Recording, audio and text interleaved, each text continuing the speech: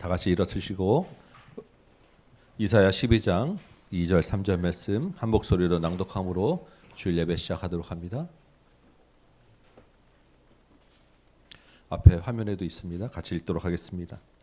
보라, 하나님은 나의 구원이시라. 내가 신뢰하고 두려움이 없으리니 주 여호와는 나의 힘이시며 나의 노래시며 나의 구원이시라.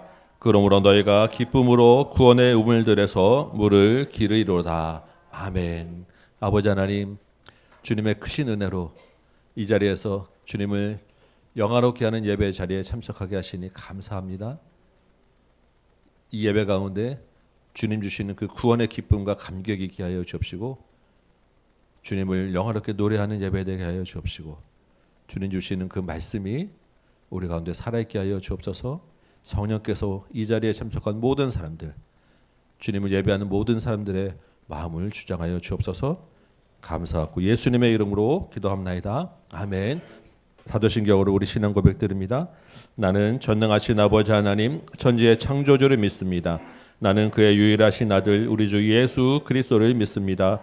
그는 성령으로 잉태되어 동정녀 마리아에게서 나시고 본디오 빌라도에게 고난을 받아 십자가에 못 박혀 죽으시고 장사된 지 사흘 만에 죽은 자 가운데서 다시 살아나셨으며 하늘에 오르시어 전능하신 아버지 하나님 우편에 앉아 계시다가 거기로부터 살아있는 자와 죽은 자를 심판하러 오십니다.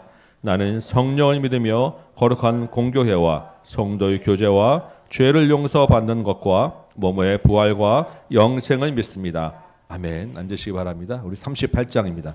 38장 예수 우리 왕이여, 우리 같이 한번 찬양합니다.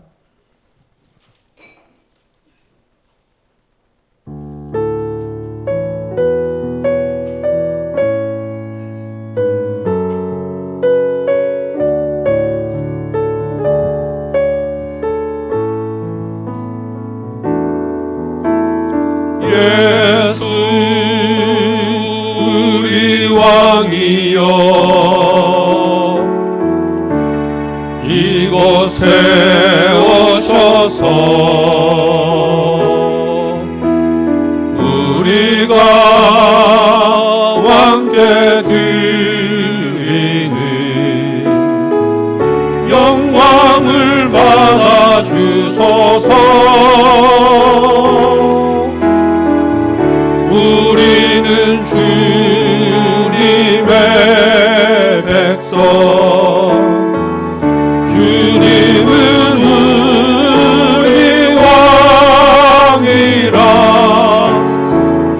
왕이신 예수님 오셔서 좌정하사 다스리소서.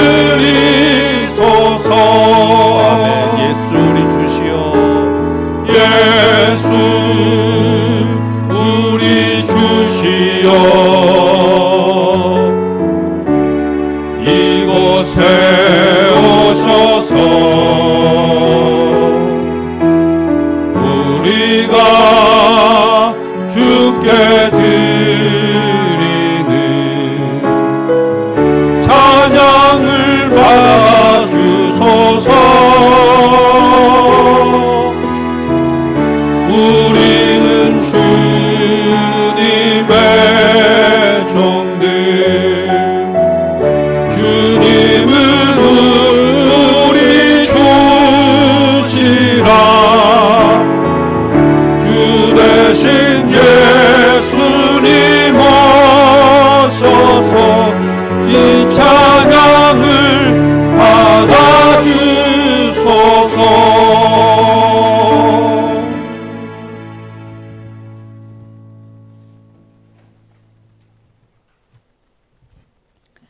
사랑과 은혜가 많으신 하나님 아버지, 저희를 보호하여 주시고 성령 안에서 인도하여 주심을 감사드립니다. 하나님의 은혜 속에 살아온 저희들이 이 시간 하나님을 간절히 사모하는 심령으로 예배하오니 찬송과 영광을 받아 주옵소서. 지난 한 주간도 저희들은 주님의 마음을 담지 못하고 허영과 시기와 미움으로 가득 찬 생활을 하였고, 서로 사랑하라고 하셨던 주님의 가르침을 멀리하고 저희들의 욕망대로 살았음을 고백합니다. 저희들의 허물을 용서해 주시고 주님의 보혈로 씻어 주옵소서. 바라옵기는 이 시간 저희로 육신적인 삶을 벗어버리고 주님을 의지하는 저희들의 삶이 주님께서 채워주시는 은혜로 만족감을 얻는 복된 삶이 되도록 인도하여 주옵소서. 자비로우신 하나님 아버지, 지금 이 민족은 소망을 잃어버린 채 힘겹게 살아가는 백성들로 넘치고 있습니다. 이 민족의 아픔을 기억하시고 주님이 주시는 소망을 가지고 다시 살아갈 수 있도록 인도하여 주옵소서. 사랑이 많으신 하나님 아버지, 다음 교회를 주께서 세우시고 인도해 가시니 감사합니다. 다음 교회가 다음 세대를 세우는 사명을 잘 감당할 수 있도록 양적으로나 질적으로나 부흥하고 성장하기를 원하오니 도와주옵소서. 또한 여름 행사로 패밀리 성경 강좌와 어린이 제자 캠프를 준비 중에 있습니다. 성경 강좌를 준비하시는 강사님들을 붙들어 주시고 드려야 할 자들을 많이 보내주시어 이번 성경 강좌를 통해서 영원한 가치와 비전을 발견하게 하시고 살아계신 하나님을 만남으로 믿음이 굳세게 하옵소서. 무엇보다 이번 여름 행사를 통해 식어진 믿음을 다시 살아나게 하옵소서. 주님께서 모든 일정 가운데 함께하사 하나님의 크신 사랑이 충만한 시간이 되기를 원합니다. 모든 일정과 프로그램 가운데 역사하여 주사 매 순간 매 시간이 하나님의 은혜와 사랑이 넘치게 하옵소서. 모든 행사 기간 동안 안전사고가 일어나지 않게 하시고 진행하는 모든 이들이 지치지 않도록 붙들어 주옵소서. 하나님 아버지, 간절히 원하오니 재활치료 중이신 장로님과 코로나로 아픈 우리 이재진 강주희 집사님을 기억하사 후유증이 없이 깨끗하게 치유될 수 있도록 역사하여 주옵소서. 이제 말씀을 듣는 시간입니다. 주의 말씀을 전하시는 목사님과 준목님께 권세를 더하사 말씀의 능력에 능력을 더하여 주옵소서. 선포되는 말씀을 듣는 저희들은 평강과 기쁨이 충만하기를 원하오니 은혜 내려 주옵소서. 지금도 살아계신 예수님의 이름으로 기도합니다.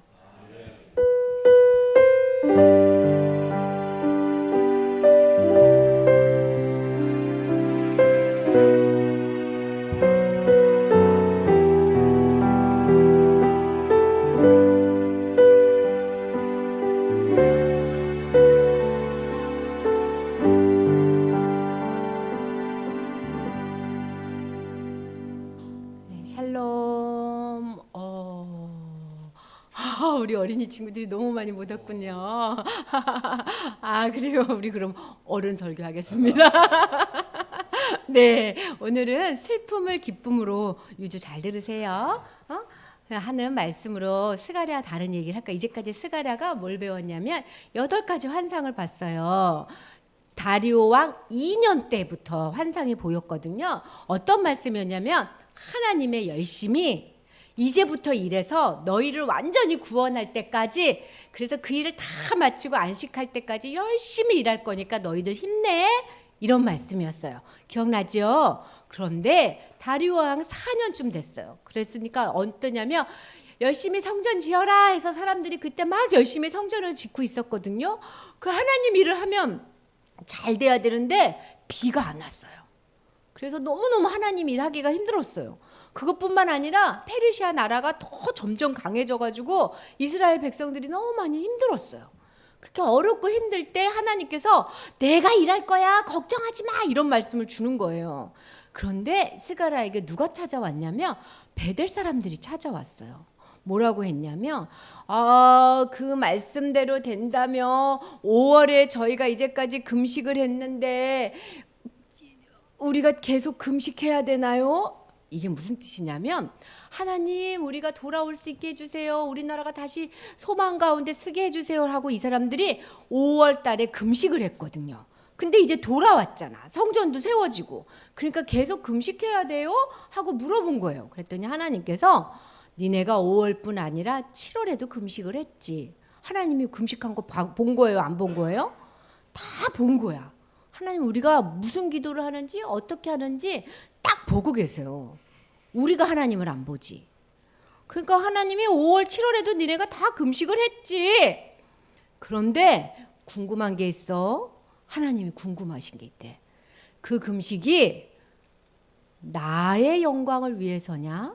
하나님, 내가 하나님께 순종하기 원해요. 하나님, 제가 뭘 할까요? 하나님, 영광 받으세요. 이런 기도였냐? 아니면 너를 위한 기도였냐? 하나님, 이렇게 해주세요, 저렇게 해주세요. 하나님, 나는 이걸 원해요. 이런 기도였냐? 하나님이 우리가 기도할 때 중심을 보시는데 얘가 진짜 나한테 오고 싶어서 기도하는지 자기가 원하는 걸 달라고 기도하는지를 하나님이 보는 거예요. 그럼 사내 뭐냐면 이제까지 5월에 금식하고 7월에 금식하는 거 너희를 위해서잖아. 너희가 나한테 오기 위해서 기도한 게 아니라 내가 니네 소원 들어주라고 기도했잖아. 이렇게 얘기하시는 거예요. 이 말씀이 되게 생각에 많은 생각을 주죠. 그랬는데 하나님 말하는 거 잘 들어봐. 기도하기 전에 옛날 선지자에게 했던 말을 기억해야 돼. 기도보다 더 중요한 게 있어. 기도보다 더 중요한 거? 니네가 해야 할 3가지 일. 하나님이 바라시는 일이래. 이거를 해야 돼. 기도보다 더 중요한 거 바른 재판이 이루어져야 돼. 내 마음에 든다고 돈이 많다고 힘이 세다고 그 사람한테 유리하게 재판하지 말고 어렵고 가난하다고 무시하지 말고 올바른 진리 가운데서 판단해야 돼. 우리 그럴 수 있잖아요. 우리가 원하는 사람 편에 드는 거 하나님이 올바로 재판을 해야 된대. 그리고 하나님을 사랑하고 이웃을 사랑해야 돼.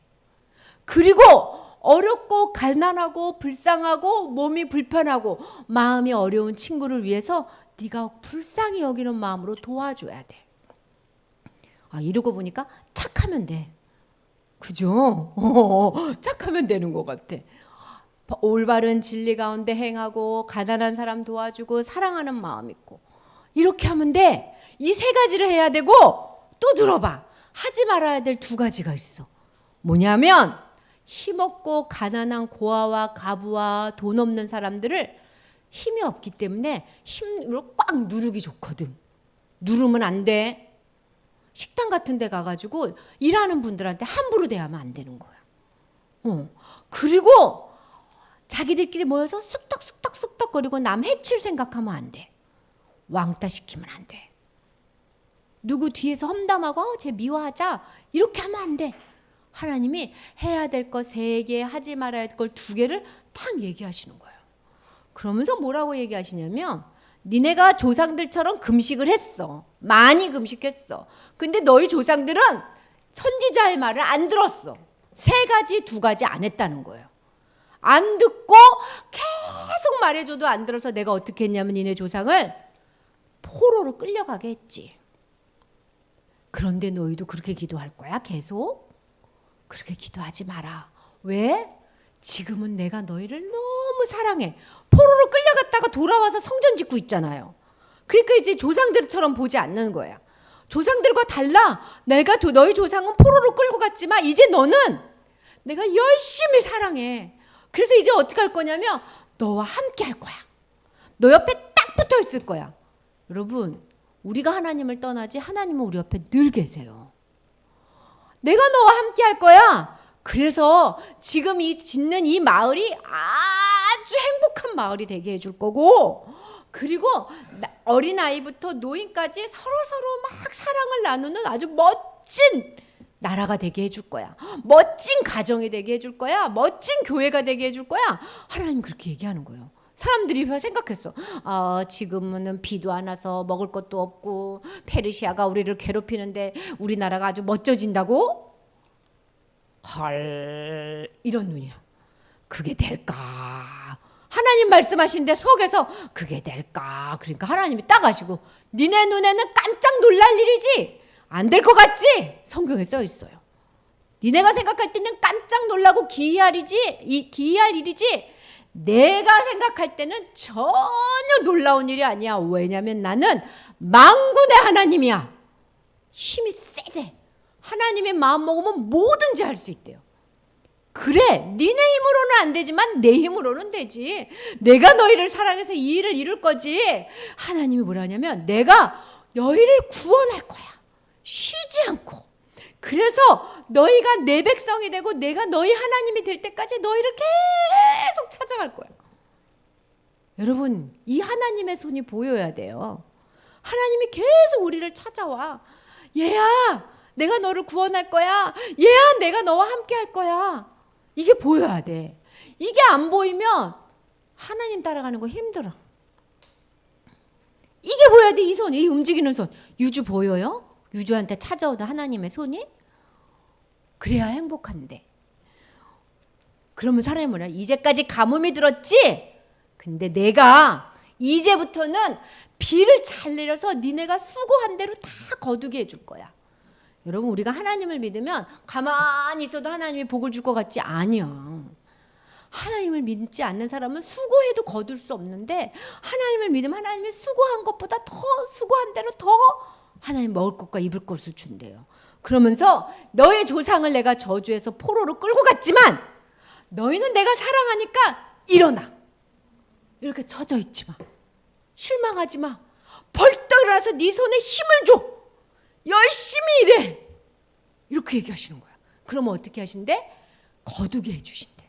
기쁨으로. 얘들아 일어나라. 성전 건축해라. 교회 세워라. 이렇게 하시는 거예요. 그래서 너희가 5월, 7월, 10월 1년에 4번이나 금식했어요. 이 사람들이. 하나님한테. 그러니까 계속 금식하지만 이제 금식하지 마. 내가 너희랑 함께 하니까 이 금식이 변해서 기쁨의 절기, 하나님 감사해요 하는 예배의 축제가 되게 할 거야. 이제 울지 마. 하나님 때문에 기뻐하고 즐거워해 라고 얘기하시는 거예요. 그래서 하나님이 말해. 금식보다 더 중요한 거 뭐야? 올바른 재판, 올바른 판단. 뭐예요? 하나님을 사랑하는 거. 뭐예요? 자비를 베푸는 거. 하나님 뭐라고 했냐면 진리와 사랑과 화평, 이렇게 말을 바꾸셔서 얘기하셨거든요. 이거를 해야 돼. 더 중요해. 하나님께서 네 하나님 우리가 이거 할게요. 그렇게 하면 다른 사람들, 멀리 있는 사람들까지, 이방인들까지 와서 우리도 하나님 섬길래요. 당신과 함께 했던 하나님 우리도 섬기고 싶어요. 우리에게 하나님의 말씀을 가르쳐 주세요. 그렇게 이야기한다는 거예요. 우리가 기도할 때 하나님이 기도하는 거 좋아할까요? 안 좋아할까요? 좋아해요. 하나님은 기도하려고 앉는 그 마음부터 좋아해요. 제가 기도한다. 깜짝 놀래. 기도 안 하던 사람이 하면. 그래서 더 기울여. 우리는 기도를 안 하다 하려니까 이러지만 하나님은 이거 제가 드디어 기도한다 이래. 그래서 기도를 해야 돼. 기도를 할 때 우리가 이렇게 기도할 수 있어. 하나님 사랑해요. 하나님께 초점을 맞출 수 있어. 근데 우리가 이렇게 기도할 수도 있어. 나를 위해서. 하나님 생각은 안 하고. 근데 하나님은 2개 다 기도하라고 하세요. 그런데 하나님이 뭐라고 얘기하시냐면 너희 힘으로는 이렇게 나를 위해서 기도할 수 없어. 그래서 내가 너희한테 은혜를 줄 거야. 하나님을 위해서 기도할 수 있도록, 하나님을 볼 수 있도록 은혜를 많이 준대. 어떻게 해야지 이렇게 기도할 수 있냐면 네 마음에 예수님이 들어와야 이게 가능한 거야. 예수님 들어오라 그랬는데요. 그런데 여러분 비밀이 있어. 예수님이 들어와서 왕으로 들어오시는데 우리가 자주 예수님을 왕에서 내려오세요. 내가 왕할래요. 잠깐 나가 계세요. 이래. 한 번 예수님을 영접했다고 계속 예수님을 왕으로 삼는 게 아니에요. 그래서 하나님이 어떻게 하냐면 계속 은혜를 줘. 계속 예수님을 넣어줘. 예수님은 문 밖에서 다시 들어갈 수 있어? 다시 내가 왕으로 내한테 왕의 자리 줄 수 있어? 어떤 사람은 그래. 아우 내 맘대로 살고 싶은데 왜 맨날 예수님 맘대로 살라 그래. 잘 생각해봐. 우리가 차에 탔어요. 아빠는 운전면허증이 있고 유주는 운전면허증이 없죠. 유주가 운전하고 싶어요? 아빠 보러 운전하라고 하고 싶어요? 아빠 보러. 왜? 운전면허증 없는 유주가 운전하면 어떻게 돼요? 사고 나고 죽어요. 하나님이 똑똑해요? 내가 똑똑해요? 그래서 하나님이 주인 자리 달라는 거예요. 내가 어떻게 할지 너보다 더 잘 알아.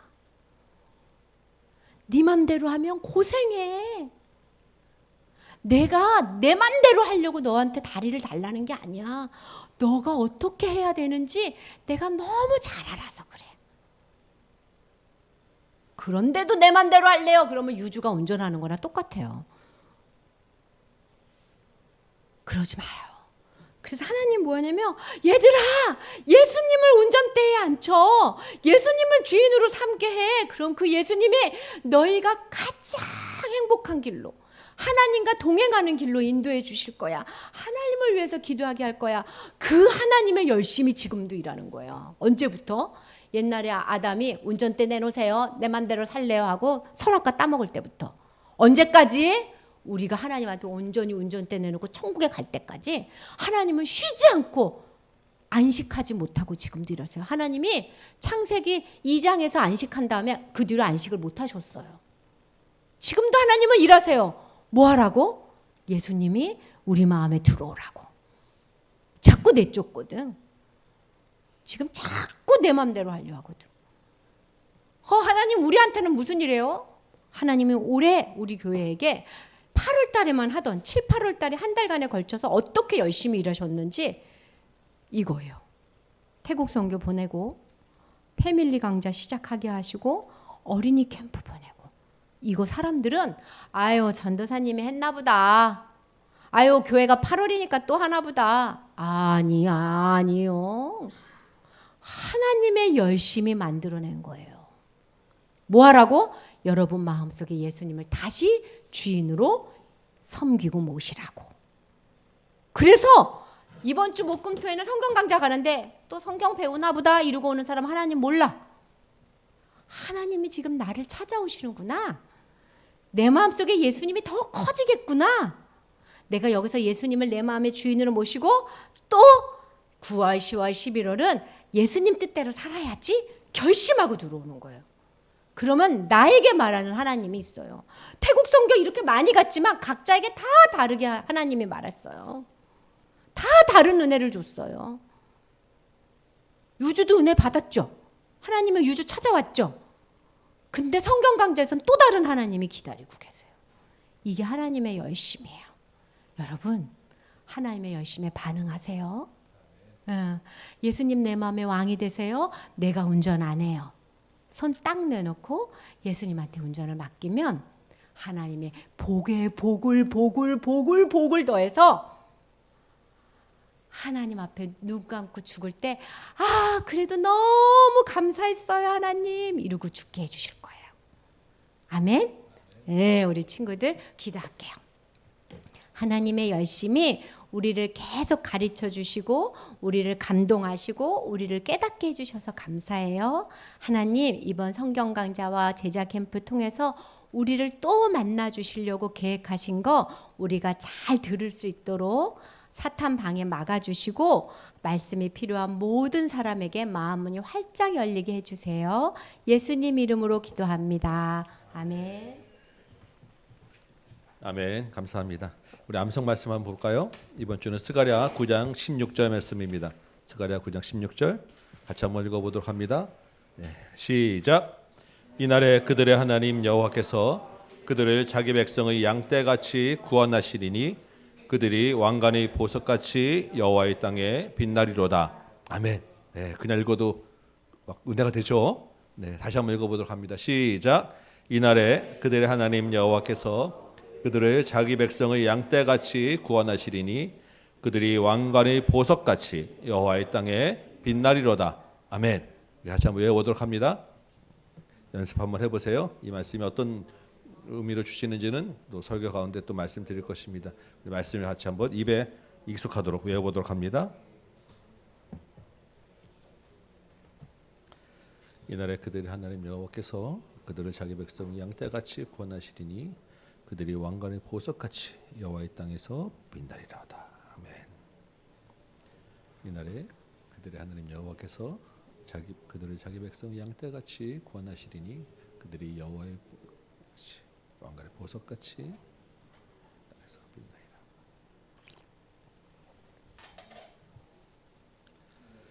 이날에 그들의 하나님 여호와께서 그들을 자기 백성의 양떼같이 구원하시리니 그들이 왕관의 보석같이 여호와의 땅에 빛나리로다. 그날에 하나님 여호와께서 그들을 자기 백성의 양떼같이 구원하시니 그들이 왕관의 보석같이 여호와의 땅에 빛나리로다. 아멘.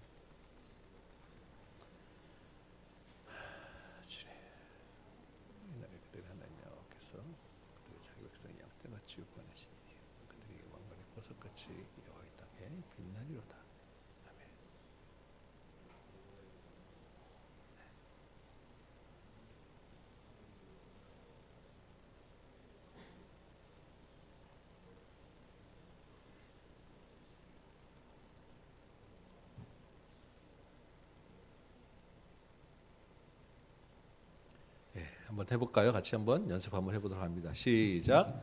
이날에 그들의 하나님 여호와께서 그들을 자기 백성의 양떼같이 구원하시리니 그들이 왕관의 보석같이 여호와의 땅에 빛나리로다. 아멘. 다시 한번 해봅니다. 시작. 이날에 그들의 하나님 여호와께서 그들을 자기 백성의 양떼같이 구원하시리니 그들이 왕관의 보석같이 여호와의 땅에 빛나리로다. 예. 한 번만 더 연습하고 해보도록 합니다. 시작. 이날에 그들의 하나님 여호와께서 그들을 자기 백성의 양떼같이 구원하시리니 그들이 영광의 보석같이 여호와의 땅에 빛나리로다. 아멘. 네, 한번 일어나서 같이 한번 해보도록 할까요? 네. 네, 준비되셨습니까? 네, 한번 해보도록 합니다. 시작. 이날에 그들의 하나님 여호와께서 그들을 자기 백성의 양떼같이 구원하시리니 그들이 왕관의 보석같이 여호와의 땅에 빛나리로다. 아멘. 네. 서신 채로 오늘 우리에게 주시는 하나님의 말씀 같이 보도록 합니다. 스가랴 9장입니다. 9장 9절 10절 두 절 말씀 제가 받들어 읽도록 하겠습니다. 스가랴 9장 9절과 10절입니다. 시온을 따라 크게 기뻐할지어다. 예루살렘에 따라 즐거이 부를지어다. 보라 내 왕이 내게 임하시나니 그는 공의로우시며 구원을 베푸시며 겸손하여서 나귀를 타시나니 나귀의 작은 것 곧 나귀 새끼니라.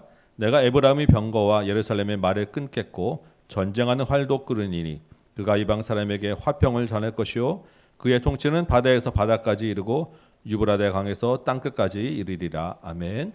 앉으시 바랍니다. 오늘 이 말씀으로 열방을 구원할 왕이라는 제목으로 같이 은혜를 나눕니다. 한동안 기록적인 폭우를 쏟아내던 장마가 그치니까 이제 역대급으로 심한 무더위가 찾아왔어요. 또 최근에 코로나도 다시 유행을 한다고 합니다. 우리도 오늘 자리가 많이 비었어요. 특별히 2주간 목요일부터 토요일까지 우리 성경 강좌가 있습니다. 기다리던 성경 강좌인데 이 한 주간 특별히 여러분 건강 관리에 유의하시기 바랍니다. 지금 날씨가 사실 너무 뜨거워요. 그런데 이 뜨거운 여름 날씨보다 더 뜨거운 것이 있었죠. 그것이 무엇입니까? 질투하는 하나님의 사랑. 이 뜨거운 것 어떤 것보다 더 뜨거운 하나님의 사랑이 우리 지난주 말씀에 있었어요. 어제 갑자기 재난 문자 지진이 있다고 와서 깜짝 놀랐죠. 그런데 그 어떤 것도 이 뜨거운 하나님의 사랑에서 우리를 끊을 수 없느니라. 우리 지난주 말씀에 같이 나눴습니다. 여러분 지난 한 주간에 이 뜨거운 하나님의 사랑을 충분히 경험하고 오셨지요? 여러분의 얼굴이 해같이 빛납니다. 맞습니까? 아멘. 오늘 스가랴 9장을 볼 텐데요. 이 9장 이후는 지금까지 봤던 8장까지의 말씀과 완전히 내용이 완전히 달라요. 지금까지는 8번의 그 환상을 중심으로 성전 건축에 대한 이야기들을 사실 주요 주제로 같이 나눠왔어요. 그런데 이제 9장 이후부터는 이 성전 건축에 대한 이야기가 없습니다. 환상도 없고 해석해주는 천사도 없어요. 지금까지는 옛 선지자를 통한 하나님의 말씀을 듣고 조상들의 길을 떠나서 돌아오라라고 이 앞에 8장까지 계속 이 말씀이 스가랴의 주제였단 말이죠. 그러면 지금까지 여호와께 돌아오라라고 하는 이 말씀이 누구를 대상으로 선포되었습니까? 포로에서 돌아온 이스라엘 공동체를 대상으로 지금 이 이야기를 했던 거예요. 성전을 지어야 되고 여호와께로 돌아오고 내가 예전부터 했던 그 말씀들을 너희가 지켜야 된다라는 말씀들이 이스라엘 공동체를 대상으로 지금까지 좀 선포되어 왔단 말이에요. 그런데 9장 보니까 오늘 9장 1절 보시면 여호와의 말씀이라고 이제 되어 있고요. 그럼 12장 1절 잠깐 한번 이렇게 펴보실래요? 12장 1절 잠깐 넘어가 보면 이스라엘 향한 여호와의 경고의 말씀이라 되어 있습니다. 여호와의 말씀이라, 여호와의 경고의 말씀이라라고 이제 경고란 말이 9장에서는 빠져 있지만 이게 원어로는 둘 다 똑같은 말씀이에요. 여호와의 경고의 말씀. 그래서 이 9장 이후부터는 이 크게 두 번의 여호와의 경고의 말씀이라는 제목이 붙은 설교가 이제 주어지는 것입니다. 그런데 그 설교가 주어지는 그 대상, 이 설교를 그 선포하는 대상이 달라지는 거예요. 우리 지난주 8장 그 마지막 부분, 우리 어리석에도 나왔지만 우리 8장 20절 말씀부터 잠깐 볼까요? 거기 보면 여러 백성과 많은 성읍의 주민이라고 하는 말이 나옵니다. 이스라엘이 아니라 여러 백성과 많은 성읍의 주민이 여호와께로 돌아올 것이야. 21절에는 이 사람들이 만군의 여호와를 찾고 여호와께 은혜를 구하러 갈 것이야. 23절에는 말이 다른 이방 백성 10명이 유다 사람 1명을 붙잡고 너희 하나님께 나도 좀 가겠다. 너희 하나님께 나도 같이 그 하나님을 알겠다라고 하는 그런 일이 있을 거다라는 이야기가 나오는 것입니다. 이 무슨 말씀이에요? 구원이 이스라엘 넘어서 열방에게로 이방 민족에게로 향한다는 말씀이시죠. 하나님의 그 열방을 향한 구원이 이제 9장부터 그 이야기가 선포되어지는 거예요. 근데 하나님이 열방을 구원하시는데 그 일을 이루시기 위해서 한 왕을 보내주실 거야 라고 한 말이 또한 9장부터 14장의 이야기입니다. 그러니까 이 한 왕을 통해서 이루어지는 온 세상 열방을 향한 하나님의 뜨거운 사랑, 이것이 오늘부터 보게 될 9장부터 14장까지 이야기인 거예요. 여러분, 이 한 왕이 누구겠습니까? 열방을 구원할 하나님의 뜨거운 사랑을 오시는 한 왕은 우리가 다 잘 아시는 바로 예수 그리스도, 우리의 구주입니다. 이 예수 그리스도가 다스리게 될 온 땅 열방에 세워지는 하나님의 나라가 바로 이 스가랴서에서 우리가 보게 될 이야기라는 거예요. 1절부터 한번 볼까요? 기대가 되시죠? 여호와의 말씀이 하드락 땅에 내리고 다메섹에 머문다라고 합니다. 이 하드락과 다메섹이라고 하는 지역은 이스라엘의 북부, 지금의 시리아 지역인데 그 땅이 성경으로는 이전에는 아람 땅이었고 아수르 땅이었고 바벨론 땅이었어요. 2절에 보니까 하맛이라고 하는 지역도 나옵니다. 하맛도 역시 마찬가지로 그 다메섹 인근에 있는 북쪽, 이스라엘 북쪽에 있는 지역의 도시입니다. 그곳에 이게 머문다라고 하는 말이 나와 여호와의 말씀이 그곳에 머문다라고 하는 말인데, 이 머문다라고 하는 말은 졸음에서 깨셨습니까? 머문다라고 하는 말은 안식처라고 하는 말이에요. 쉬는 곳이다 하는 말인데, 여호와의 말씀이 그 북쪽 이스라엘 북쪽에 있는 이방 땅을 안식처로 삼았다라고 하는 말인데, 이 안식처가 특별히 성경에서 다른 표현 곳에서는 군대가 진행하다가 행군하다가 쉬는 막사, 군대가 행군하는 막사가 바로 이 머문다라고 하는 말이라는 거예요. 그러면 지금 이들 이방 지역이 여호와의 군영 막사라고는 하는 것입니다. 여호와가 이들 지역을 정복해서 이들 지역에 하나님의 안식처, 하나님의 군대가 쉬는 막사를 세웠다라는 것입니다. 그러면 하나님이 지금 그냥 인자와 긍휼을 베푸시는 하나님이 아니라 전쟁에 임하시는 전사의 모습으로 지금 이 9장부터는 등장하셨다라는 거예요. 근데 그 전사가 이스라엘 땅을 괴롭혔던 주변 이방 민족들을 지금 점령해 나가고 있다라는 것입니다. 온 땅 민족들과 이스라엘 백성의 눈이 이 전쟁에 임하는 전사이신 여호와를 집중해서 지금 바라보고 있다라는 것입니다. 이 여호와가 지금 어떻게 이 전쟁들을 해나갈 것인가, 어디로 움직일 것인가, 지금 하나님께 온 눈이 다 집중되고 있다라고 하는 말이에요. 2절 보니까 이 거룩한 전사이신 여호와가 이번에는 두로와 시돈으로 향했습니다. 두로와 시돈은 이스라엘 북서쪽 해안가에 있는 도시예요. 북쪽에서 약간 북쪽으로 이동하셨어요. 근데 이 두로와 시돈은 우리가 이방 열방을 향한 선지자 예언에서 자주 봤었죠. 해상 무역을 하는 도시입니다. 그래서 돈을 아주 많이 벌었어요. 그래서 그들이 매우 지혜로움이다라고 하는 말이 그들이 돈을 많이 벌었다라고 하는 말입니다. 3절에 보니까 이 두로가 자기를 위하여 요새도 건축하고 은을 티끌같이 금을 거리에 진흙같이 쌓았다라고 하였습니다. 그래서 아주 부강한 나라였어요. 부강한 도시였어요. 그래서 실제로 바벨론이나 페르시아나 그 뒤에 오는 헬라 알렉산더도 이 두로와 시돈이라고 하는 조그만 도시를 점령하는데 굉장히 애를 먹고 오랜 시간이 걸렸습니다. 그런데 4절에 보니까 여호와가 그들을 정복하고 그들의 그 권세를 바다에 쳐넣으신다라고 하는 것입니다. 전사이신 하나님이 이 두로와 시돈의 그 부귀영화도 아무것도 아닌 것으로 바다에 쳐버리셨다라는 거예요. 5절부터 보니까 이번에는 아스글론, 가사, 에그론, 아스돗이라고 하는 도시들이 나옵니다. 여러분 이 도시들 좀 들어보셨죠? 이 지역이 어느 나라, 어느 민족들입니까? 블레셋이라고 하는 이스라엘과 아주 오래된 그런 원수지간에 있는 민족의 도시들인데 이 블레셋은 이스라엘의 서쪽 해안가입니다. 그러니까 지금 북쪽에서부터 해안을 따라서 북서쪽으로 그 다음에 서쪽으로 여호와의 군대가 점점 이동해 오고 있는 거예요. 그런데 이 블레셋도 거룩한 전사이신 여호와께서 무너뜨렸습니다. 6절 보니까 블레셋의 교만을 끊었습니다. 7절에서는 블레셋의 입에서 피를, 블레셋의 이 사이에 있는 그 가증한 것을 제거하였다라고 합니다. 이 말은 무슨 말이냐면 블레셋 민족이 자기들의 그 이방 신을 섬기는 그런 가증한 그런 우상 문화를 없애버렸는데 아마 그들이 그 막 피를 막 먹는 그런 제사를 드리고 했던 것 같아요. 그래서 그 블레셋 지역의 이 가증한 우상을 섬기는 문화도 다 끊어버렸다라는 것입니다. 그러고 나니까 뭐가 남습니까?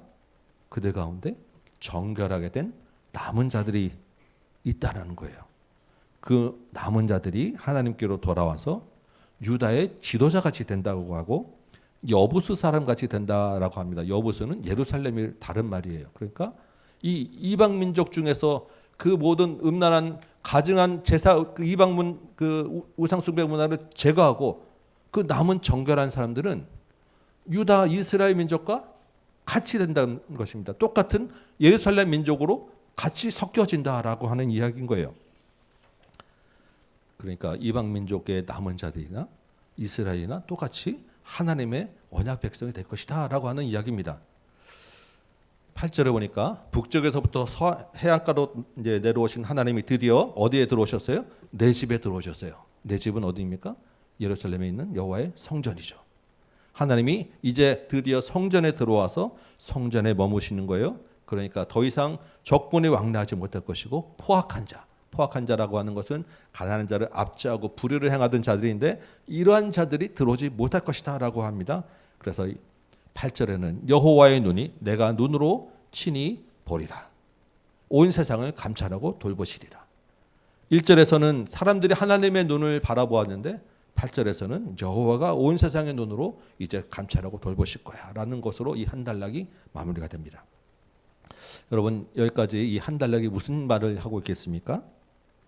이방 민족 가운데 하나님의 심판이 있을 거야 라고 하는 이야기예요. 거룩한 전사로 나왔지만 그 전사가 하는 일은 이방 민족들을 무너뜨리고 제거하고 멸망시키는 일입니다. 이스라엘 그 이방 민족의 죄들 그냥 두지 않으신다라고 하는 하나님의 공의가 선포되어졌어요. 이스라엘도 마찬가지 아니겠습니까? 이스라엘의 죄를 그냥 두지 아니하시고 하나님 심판하셔서 바벨론의 포로로 끌려가게 하셨어요. 그런데 이방 민족이나 이스라엘이나 심판하고 나서 남은 자들이 있다라는 것입니다. 하나님의 심판의 목적이 완전히 없애버리는 것이 아니라 이 정결하게 되는 이 남은 자들을 구원해내는 데 있다라는 거예요. 그러면 이방 민족의 남은 자들이나 이스라엘이 바벨론 포로에서 돌아온 이 남은 자들이나 하나님에게는 똑같은 하나님의 민족이 될 것이다 라고 하는 이야기를 하는 것입니다. 그러면 하나님의 나라는 누가 들어갑니까? 이스라엘이냐 이방 민족이냐라고 하는 혈통이 아니라 하나님께 회개하고 정결하게 되어서 돌아오는 자들이 하나님 나라에 들어간다라는 것입니다. 이것이 우리에게는 예수 그리스도의 보혈로 깨끗함을 입고 죄사함을 입고 예수를 믿는 자가 하나님 나라에 가는 것이다 라는 것이 벌써 구약의 이 예언으로 지금 우리에게 주어지고 있는 거예요. 여러분 회개와 정결이 무엇이겠습니까? 죄를 용서받는 것. 이제 내가 깨끗하게 되었다라는 것은 성전을 세우는 데 달려있지 않다라는 것입니다. 예배를 잘 드리는 것에 달려있지 않다라는 거예요. 금과 은과 힘을 가지고 자랑하는 것, 교만하는 것에 달려있지 않다라는 것입니다. 다른 어떤 우상들에 달려있지 않다라는 거예요. 하나님이 뭐라고 말씀하십니까? 금과 은 다 필요 없어. 교만한 것 끊어낼 거야. 포악한 것, 각종 우상 다 제거해낼 거야. 이 말은 다른 말로 하면 우리가 지난주에 시간에 같이 나눴던 옛 선지자를 통해서 하신 말씀, 진실한 재판과 인애와 긍휼과 해하는 것을 도모하지 말 것과 가난한 자와 고아를 압제하지 말 것, 이것을 행하는 것이 회개와 정결한 거야 라고 하나님 얘기하시는 거예요. 이것이 이방인들이나 예루살렘 이스라엘 민족이나 똑같이 적용된다라고 하는 것입니다. 우리로 치면 천부의 의지 없어서 하고 한번 울고 마는 것으로 회개가 끝나지 않는다라는 것입니다. 그 회개에 합당한 열매들이 따르는 것이 진정한 회개요. 그 합당한 열매를 맺고 살아내는 것이 정결한 자라고 이야기하는 것입니다. 하나님이 지금도 이 심판과 남은 자의 구원을 계속해서 해 나가고 계신다라고 하는 거예요. 구약 스가랴의 눈으로 바라보았던 열방을 구원해내는 일이 그때부터 시작해서, 아니 사실은 그 이전부터 시작하셨죠. 지금까지도 그 일을 쉬지 않고 계속해 나가시는 것입니다. 온 민족이, 온 세상이 다 구원을 얻기까지. 그 일을 하나님은 우리에게 어떻게 하셨어요? 우리를 태국 땅에 보내서 태국에 있는 남은 자들을 돌아오게 하시고 교회를 세우게 하신 거예요. 그 교회를 통해서 또한 태국에 있는 다른 구원할 자들을 구원해내고 있는 것입니다. 일본 땅에서 우리가 후원하는 선교사님 통해서 그 일도 하고 있는 것이고, 북한 땅에서도 하나님께 돌아오는 자들이 지금도 있는 거예요. 사람의 눈에는 기이한 일로 보이겠지만 하나님에게는 기이한 일이 아니다라고 지금 이야기하는 것입니다. 여러분, 우리 주변에 여러분 가족 중에도 아직 하나님께로 돌아오지 아니한 분들이 있으시지요?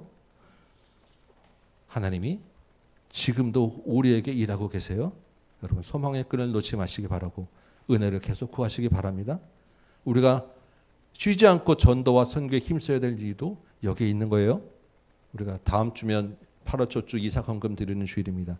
마음을 담아서 여호와의 일을 감당하도록 준비하시기 바라고, 이제 여름 행사가 끝나면 12월에 초청잔치가 우리가 또 기다리고 있습니다. 여러분, 지금부터 쉬지 않으시는 하나님의 마음으로 마음에 구원할 사람, 초청할 사람 마음에 품으시고 기도하시기 바라요. 하나님의 심판이 멸망할 자에게는 무서운 심판이 될 것이지만 구원받을 자에게는 정결하게 되는 은혜의 과정이 될 것입니다. 심판하신 하나님, 그렇지만 더 뜨거운 사랑으로 구원하시는 하나님을 기억하고 전하는 저와 여러분 되시기 바랍니다. 우리 9절 말씀 한번 볼까요? 오늘 앞에 제가 읽었지만 우리 9절 말씀은 한 목소리로 다시 한번 같이 읽도록 합니다. 시작. 시온에 따라 크게 기뻐할지어다. 예루살렘에 따라 즐거이 부를지어다. 보라, 내 왕이 내게 임하시나니 그는 공으로 오시며 구원을 베푸시며 겸손하여서 나귀를 타시나니 나귀의 작은 것 곧 나귀 새끼니라. 아멘. 시온과 예루살렘이 기뻐하고 즐거이 외친다라고 하는 말은 구약에서 주로 하나님을 왕으로 송축합니다, 하나님을 왕으로 찬양합니다라고 할 때 쓰이는 그런 표현들이에요. 시온이 기뻐하고 예루살렘의 딸이 즐거워한다. 그런데 지금 이 스가랴가 이 말씀을 누구에게 지금 적용하고 있냐면 하나님이 아닌 한 왕에게 적용하고 있는 것입니다. 그렇다면 이 왕은 누가 되겠어요? 하나님이 보내시는 메시아, 하나님이 세우시는 하나님의 심판과 구원을 이루실 왕에게 지금 이 말씀을 적용하고 있다라는 거예요. 이 왕이 어떤 특징을 가집니까? 이 왕은 공의로우시다라고 합니다. 하나님의 공의는 진실한 재판으로 이루어진다고 했어요. 진실한 재판을 행하고 인애와 긍휼을 베풀으셔서 세상의 불의함을 다 없애버리실 왕이 오신다는 것이고, 근데 이 왕이 구원을 베푸신다고 하죠. 이 왕이 구원하시는 능동적인 의미로 사용되기도 하지만 이게 원어로 표현으로는 구원을 받는다라고 하는 수동적인 의미예요. 이 왕이 공의를 행하지만 이 왕 자신도 철저하게 하나님께 의존되어서 하나님을 통해서 구원을 받는 존재다라고 지금 이야기하는 것입니다. 이 왕도 하나님께 철저하게 순종하는 왕이라는 거예요. 그래서 그 왕이 자기의 힘이 아니라 여호와를 의지하기 때문에 어떤 왕으로 옵니까? 이 왕의 특징이 겸손한 왕으로 온다는 거예요. 이 겸손한 왕이라고 하는 이 겸손이라고 하는 말은 그냥 제가 조금 낮은 자리에 있습니다라고 하는 고개 숙이는 정도가 아니라 아주 비참한 상태에 있는, 비참한 고통을 당하는 모습이 이 겸손이라고 하는 단어예요. 이스라엘이 바벨론이나 애굽의 종살이를 하는 모습이 이 겸손이라고 하는 히브리 언어의 그 뜻입니다. 이 왕이 그렇게 비참한 자리, 아주 비참한 자리에 처하는 그런 모습으로 온다는 것입니다. 그래서 그 왕은 나귀를 타는 것이 아니라 나귀의 새끼를 타는 그런 왕으로 오신다는 거예요. 그런데 이 왕이, 이 겸손한 왕이, 이 낮은 나귀 새끼를 타고 오는 왕이 오면 어떤 일이 일어난다고 합니까? 10절 보니까요. 병거와 말과 활, 각종 전투 무기들을 다 끊어버린다는 것입니다. 전쟁이 완전히 끝나게 되고 완전한 평화가 이루어진다는 거예요. 그 평화로 남북으로 갈려졌던 이스라엘도 하나가 되고 이방 나라에게도 그 평화가 전해져서 바다에서 바다에 이르기까지 온 세상이 이 왕이 다스리는, 평화로 다스리는 세상이 될 것이다 라고 하는 것입니다. 여러분, 이 왕이 누구겠어요? 이 왕이 바로 우리 구주 예수 그리스도 아니겠습니까? 신약의 복음서에 보면 모든 복음서 저자들이 예수님이 십자가에 달리시기 위하여 마지막으로 예루살렘에 들어갈 때 그 모습을 이 스가랴 말씀을 통해서 인용하고 있어요. 종려 주일이라고 부르는 예수님이 예루살렘에 들어갈 때 어떻게 들어가셨어요? 일부러 제자들을 시켜서 나귀 새끼를 끌고 오게 하시고 그 나귀 새끼를 타고 들어가셨어요. 그때 이스라엘 백성들이 어떻게 하였습니까? 자기 겉옷을 그 가는 길에다 쫙 펴고 승리와 부활을 상징하는, 이스라엘 백성들에게는 승리와 부활을 상징하는 종려나무 가지를 막 흔들어댔어요. 호산나, 다윗의 자손이요. 호산나라고 하는 말은 구원하소서라고 하는 말입니다. 다윗의 자손이요, 우리를 구원하소서. 승리를 확신했어요. 예수님이 이제 드디어 예루살렘에 왔으니까 이제 됐구나라고 환호하며 열렬히 예수님을 맞아들였어요. 여러분, 그 다음에 어떤 일이 일어났습니까?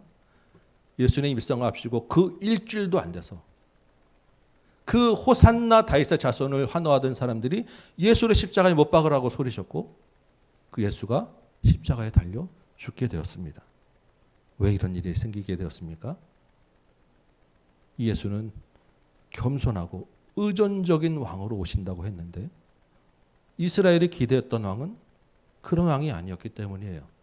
그들이 바라던 왕은 승리의 왕, 강한 힘을 가진 왕, 높은 왕, 군림하는 왕을 기대했었는데 예수님의 오시는 모습하고는 완전히 달랐기 때문입니다. 이 말씀 보면서 우리가 다시 한번 생각해 보기 원합니다. 우리는 어떤 예수를 믿고 따르십니까? 우리가 원하는 예수가 어떤 모습입니까? 우리가 기도하고 하나님께 구하고 예수의 이름으로 구합니다, 믿습니다라고 할 때 우리는 그 예수가 우리에게는 어떤 의미로 여러분 마음에 자리 잡고 계십니까? 우리가 기독교를 역설의 종교라고 이야기를 합니다. 무슨 말입니까? 기독교는 죽음으로 이기는 종교다라고 이야기하고 낮고 겸손함으로 높아진다라고 이야기하고 그래서 가장 높고 강한 왕이 종을 섬기는 종교, 왕이 종을 위해서 죽는 종교라고 이야기를 해요. 11절 보니까요. 내 언약의 피로 말미암아 내가 내 갇힌 자들을 물없는 구덩이에서 놓았다라고 지금 기록하고 있어요. 이 언약의 피, 이 피의 언약이라고 하는 말은 그 피로 맺은 언약을 어기면 그 언약을 어기는 사람이 그 피를 당하게 될 것이다. 피 흘리게 될 것이다 라고 하는 그런 아주 강력한 책임감 그리고 의무를 두고 맺은 계약이라고 하는 거예요. 그래서 출애굽기 24장에 보니까 시내산에서 하나님이 이스라엘 백성과 하나님의 백성이 되는 언약식을 체결했어요. 모세가 짐승을 잡아서 그 피를 제단에 뿌리고 이스라엘 백성들에게 뿌렸습니다. 이제 하나님과 이 피의 언약을 맺었기 때문에 이 피의 언약을 어기면 이 피 언약의 저주를 받게 될 거야. 그래서 그 언약을 어긴 대상이 그 피를 흘리게 될 거야 라고 하는 아주 강력한 언약을 맺었다는 거예요. 그런데 여러분, 누가 그 언약을 깼습니까? 이스라엘 백성들이 하나님을 거부하고 하나님을 떠난 거예요. 그러면 그 피 언약의 저주를 받게 되는 것입니다.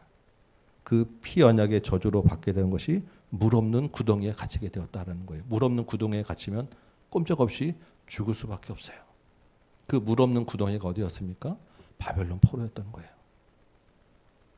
그런데 12절 보니까 내가 오늘도 이르노라 내가 내게 갑절이나 갚을 것이라 라고 이야기합니다. 이 겸손한 왕이 두 배로 그 죄의 값을 두 배로 갚아서 물 없는 구덩이에서 건져내 주신다라는 것입니다. 이 겸손한 왕 하나님의 아들의 가장 고귀한 피로 그 언약의 저주에 행하는 그 핏값을 대신 갚아주셨다라는 거예요. 이것이 무엇입니까? 이것이 우리가 믿는 예수 그리스도의 십자가입니다. 이 십자가의 피로 이스라엘뿐만 아니라 우리의 언약의 저주까지, 모든 열방의 언약의 저주까지 다 해결받았다라는 거예요. 그래서 구원의 소망을 얻게 되었다라는 것입니다. 이스라엘이 예루살렘으로 돌아오듯이 우리도 하나님 나라에 다시 들어갈 수 있게 되었다라고 12절, 13절이 기록하고 있는 것이에요. 여러분, 사도 바울이 신약 빌립보서에서 이렇게 이야기합니다. 빌립보서 2장에 보니까 그는 근본 하나님의 본체시나 오히려 자기를 비워 종의 형체를 가지사 사람들과 같이 되셨다. 그리고 자기를 낮추시고 죽기까지 복종하셨다라고 이야기하는 것입니다. 히브리서는 뭐라고 이야기합니까? 피 흘림이 없으면 죄사함이 없다라고 하는 거예요. 그 피 흘림이 예수 그리스도의 피 흘림으로 죄사함을 얻게 되었다라는 것입니다. 그래서 히브리서에서 우리에게 있는 대제사장은 우리의 연약함을 가장 잘 아는 분이라고 이야기하고 있는 거예요. 우리 주님이 최후의 만찬에서 어떻게 하셨습니까? 잔을 들면서 이 잔은 내 피로 세우는 새 언약이라. 너희를 위하여 붓는 새 언약의 잔이라고 이야기하셨어요. 여러분, 세상은 여전히 강한 힘을 가진 구원자를 기대합니다. 그렇기 때문에 높아지려 하고 싸우려고 하고 이기려고 해요. 그 대상을 돈으로 삼죠. 첫 번째로. 그래서 돈을 많이 벌기 위해서 열심히들 수고하고 애를 쓰고 돈을 가지려고 힘쓰는 것입니다. 권력을 잡으라고 하죠. 내가 권력을 잡지 못하면 권력 밑에 있는 줄이라도 서려고 합니다. 내가 올라가기 위해서, 이기기 위해서 거짓과 술수를 쓰는 것을 주저하지 않아요. 심지어 상대를 밟고 죽이는 것도 아무런 가책을 느끼지 않습니다. 그들의 눈에 예수님의 역사를 이야기하는 기독교는 한심하고 어리석은 사람들이에요. 그러면서도 그 예수님의 역설이 그들의 양심을 건드리기 때문에 절대 기독교는 같이 갈 수 없는 대상으로 늘 밟아버리는 대상이 되고 있는 것입니다. 여러분, 양과 이리가 친할 수 없잖아요. 여러분 중에 혹시 이리와 친한 분 계십니까? 이러한 세상의 방식을 부러워하고 세상의 방식을 따르고자 하는 마음들이 여러분 앞에 있으십니까? 역설의 종교라는 것을 여러분 기억하시고 멀리하시기 바라요. 그런데 이 13절 보니까 정말 놀라운 말씀이 있어요. 우리 잘 알려지지 않은 말씀인데 한번 보시기 바랍니다. 거기 보니까 유다를 활로 삼았다고 하고 에브라임을 화살로 삼았다고 하고 이 유다와 에브라임으로 용사의 칼과 같게 하리라라고 하였습니다. 여러분, 유다와 에브라임이 누구이겠어요? 하나님의 택한 백성, 남은 자들을 구원해 정결하게 된 하나님의 백성을 이야기하는 거예요. 그런데 14절을 보니까 하나님이 적들을 향하여 화살을 번개같이 쏟아낸다고 하십니다. 하나님의 무기가 화살이 번개같이 화살을 쏟아낸다고 하셨는데 그 활과 화살이 누구예요? 하나님의 백성, 유다와 에브라임이라는 것입니다. 15절에 보니까 하나님이 원수들을 삼켰어요. 그리고 원수들의 무기인 물맷돌을 밟았습니다. 하나님의 원수들의 피가 그 동이에 가득 찰 정도로 아주 그 원수들의 피가 아주 가득하게 되었습니다. 그 하나님이 휘두르는 용사의 칼이 누구예요? 하나님의 백성이라는 거예요. 하나님이 세상을 심판하고 적들을 무너뜨리는 데 사용하는 무기가 바로 하나님의 백성이었다라는 것입니다. 여러분, 예수를 마음에 모시고 예수님을 따라서 섬기고 희생하며 세상과 다른 방식으로 살아내는 하나님의 자녀들은 세상이 보기에는 한심하고 어리석은 자들인데 하나님은 그 한심하고 어리석은 자들을 들어 쓰셔서 세상을 심판하고 계시다라는 것입니다. 우리가 세상이 보기에는 정말 부족해 보이고 세상과 다른 방식으로 살기 때문에 우리는 남들이 보기에 가진 것 없어 보일 수 있고 우리 마음에 서로 서운하고 나는 왜 이렇게 살아야 되는가 하는 마음이 있을 수 있어요. 온 세상이 부동산 가격 오르고 내리고 하는 가운데서 나는 좀 집투기 그 갭 투자인가 뭔가 좀 해봐야 되는 거 아닌가라고 여러분 생각될 수도 있고요. 주식과 코인이 들락날락하면서 난리칠 때 거기에 휩쓸리지 않으려고 하는데 자꾸만 눈이 가고 시선이 가고 마음에 왜 나는 아무것도 없지? 우리 부모님은 뭐 하셨던 거야? 라는 마음이 들뜨고 있잖아요. 우리 마음에 잠깐씩이라도. 그런 가운데서도 내가 예수님을 바라보고 살아가는 그 사람을 통해서 세상에 가지지 못한 그 예수를 소유한 자를 통해서 그런 세상을 심판하고 계시다라는 것입니다. 그런 세상을 하나님의 나라로 바꾸어가고 계시다라는 거예요. 지금도 그런 일이 세상 곳곳에서 일어나고 있다는 것입니다. 여러분, 로마의 박해가 가운데서 교회가 다 죽게 되었을 때 세상이 끝난 줄 알았지만 교회가 결국 이겨서 온 세상에 지금 복음이 퍼졌지 않습니까? 이게 하나님의 전투 방식이라는 거예요.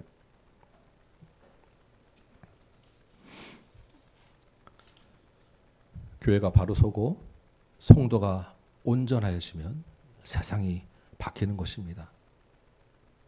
우리가 세상과 다른 방식으로 살아낼 때 예수의 사랑이 퍼지는 거예요.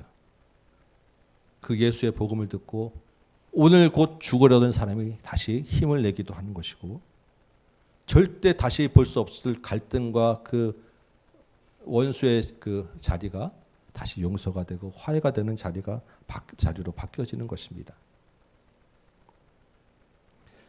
하나님이 우리를 그러한 세상을 바꿔내는 무기로 사용하고 있다는 것을 여러분 기억하시기 바라요. 이 말을 들으면 우리는 그럼 내가 지금 그 휘두르는 칼이면 내가 싸워야 되는데 두려워하는 마음이 들 수도 있고, 이거 내가 어떻게 싸워야 되지라고 하는 힘든 마음이 들 수도 있어요.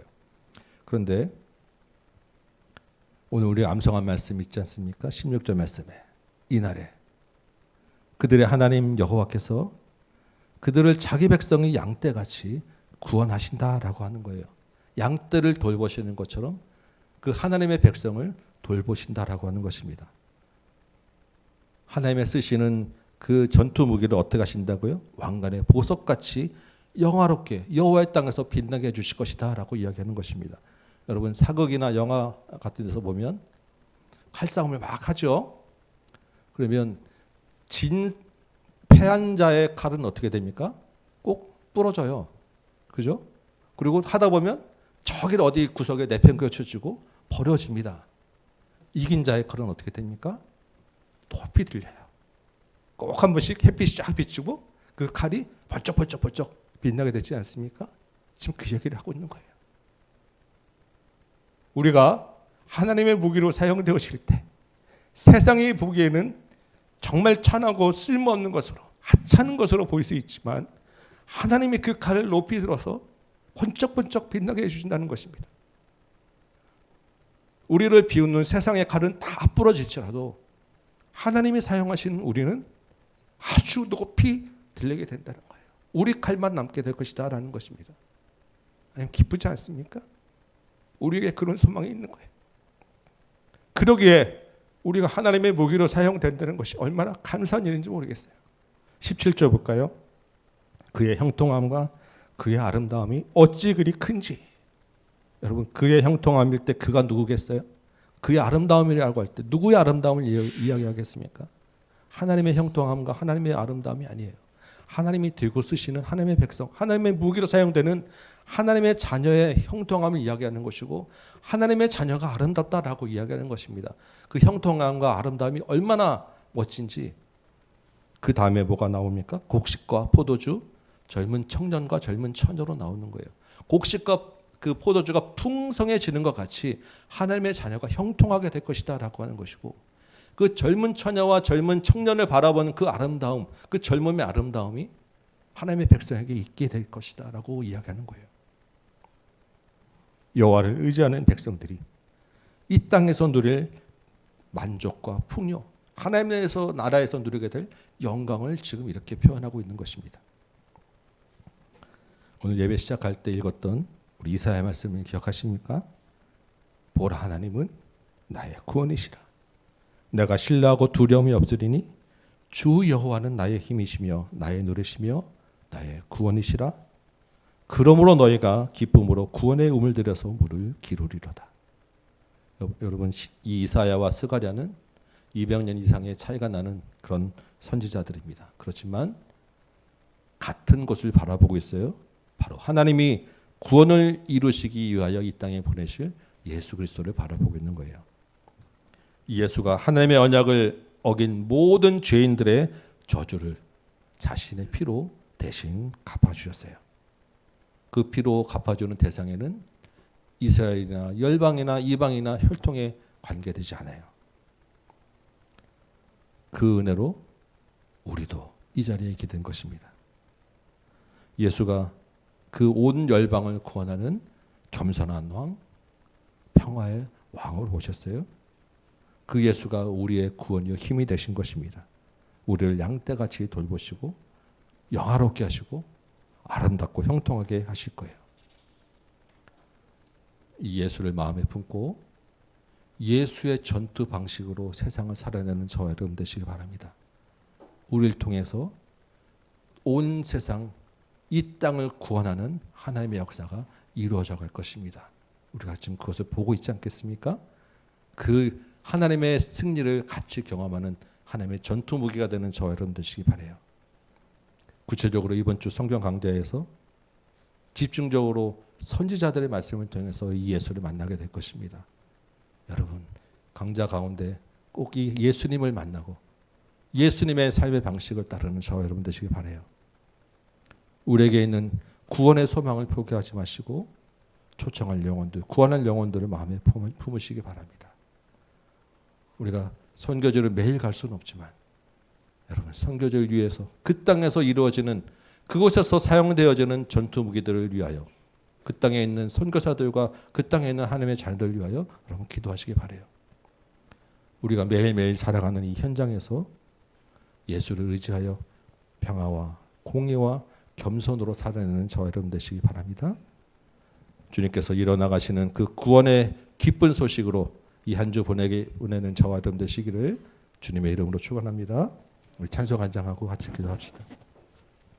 539장입니다. 너 예수께 조용히 나가 내 모든 짐 내려놓고. 우리 539장 같이 한번 찬양할게요.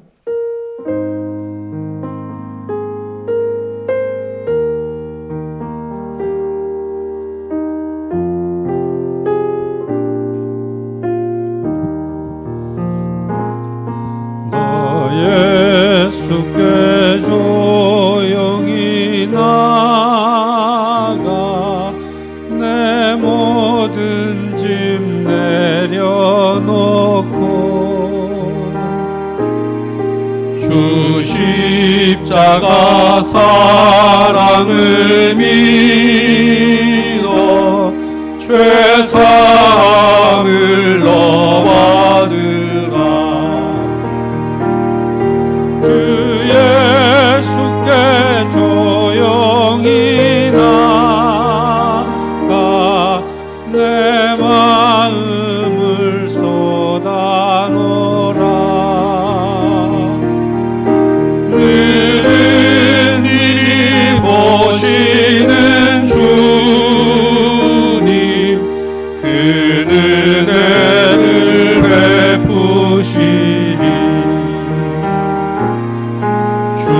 예수의 은혜를 입어 내 슬픔이 없어지리. 내 이웃을 늘 사랑하여 너 받은 것 거저주라. 주 예수께 조용히 나가 내 마음을 쏟아놓으라.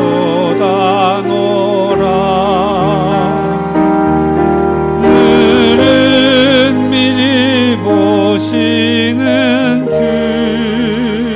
주님 그 은혜를 베푸시리.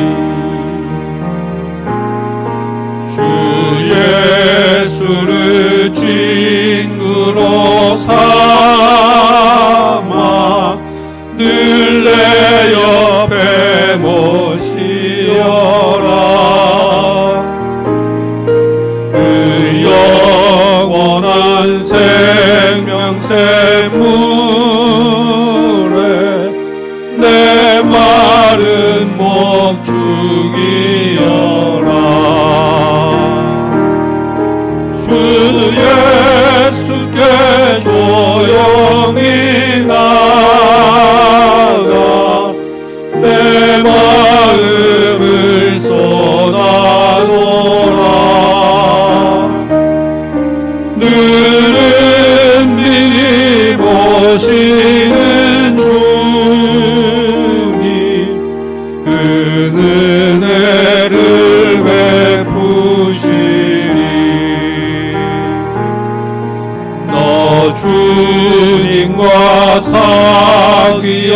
살면 새 생명이 넘치리라. 주 예수를 찾는 이 앞에 참 밝은 빛 비추어라. 주 예수께 조용히 나가 내 마음을 쏟아놓으라. 늘은 미리 보시는 주님 그 은혜를 베푸시리. 아멘. 말씀을 생각하며 같이 한번 기도합니다. 하나님이 온 세상 열방을 구원할 계획을 가지고 계세요. 그 구원을 이루실 한 왕으로 오신 분이 예수 그리스도입니다. 그런데 그 주님의 전투 방식은 겸손이었고 사랑이었고 희생이었어요. 그 예수님의 전투를 수행할 전투 무게가 바로 저와 여러분입니다. 하나님의 백성이에요. 주님, 우리를 통하여서 이 땅을 구원하여 주옵소서. 우리가 주님을 따라서 예수님의 십자가를 따라서 겸손하고 희생하며 사랑함으로 하나님의 사랑과 은혜를 전하는 삶 살게 하여 주옵소서. 우리 땅에서 온 땅 열방에 복음의 빛을 비춰 주옵시고 우리 가운데 품은 우리 마음에 있는 우리 주변의 가족들과 주의 구원할 백성들을 구원하여 주옵소서. 우리가 소망을 가지시고 내가 이제부터 주님의 백성으로 살겠습니다라는 결단한 마음으로 그럼에도 불구하고 주님의 은혜가 필요합니다. 주님의 은혜를 구하시며 같이 한번 기도하는 저와 여러분 되시기 바랍니다. 기도하겠습니다. 아버지 하나님, 주께서 온 땅 세상 열방을 구원하시고 통치하실 하나님인 줄 믿습니다. 온 열방에 하나님의 이름이 높이 들으실 분임을 믿습니다. 온 세상을 다스리는 참으로 위대한 왕 만군의 여호와인 줄 내가 믿습니다.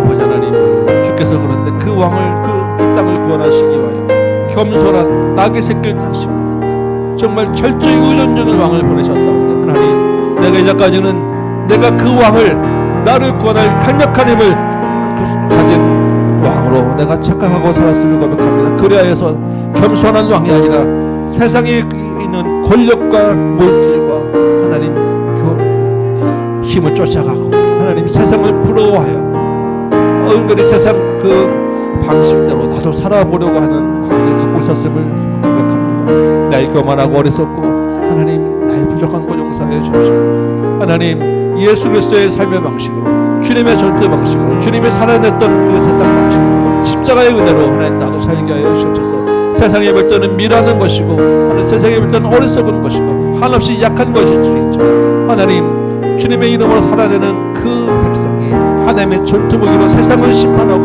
온 땅을 피로 물들일 줄 믿사오니 하나님 이제는 그 예수를 의지하여 하나님 살아내게 하여 주옵시고 하나님의 백성을 사는 기쁨이 있게 하여 주옵시고 주께서 우리를 통해 행하시는 그 구원의 소망을 잊지 않게 하여 주옵시고 그 예수로 하나님 우리가 살게 하여 주옵소서. 주님 주시는 평화와 만족으로 하나님 누리게 하여 주옵소서. 주께서 하나님의 백성에게 주의 은혜를 주님이 사용하시는 백성을 높이 돌리시고 영광스럽게 하시고 하나님 그에게 형통을 허락할 줄 믿사오니 하나님 우리가 예수를 바라보게 하여 주옵소서. 우리의 눈이 온 땅을 감찰하시고 온 땅을 돌보시는 예수 하나님을 향하여 바라보도록 도와주옵소서. 세상을 바라보지 아니하고 세상과 다른 곳으로 살게 하여 주옵소서. 하나님 그 가운데 있는 우리에게 하나님 은혜를 내려 주옵소서. 온 땅에 하나님 열심히 믿습니다.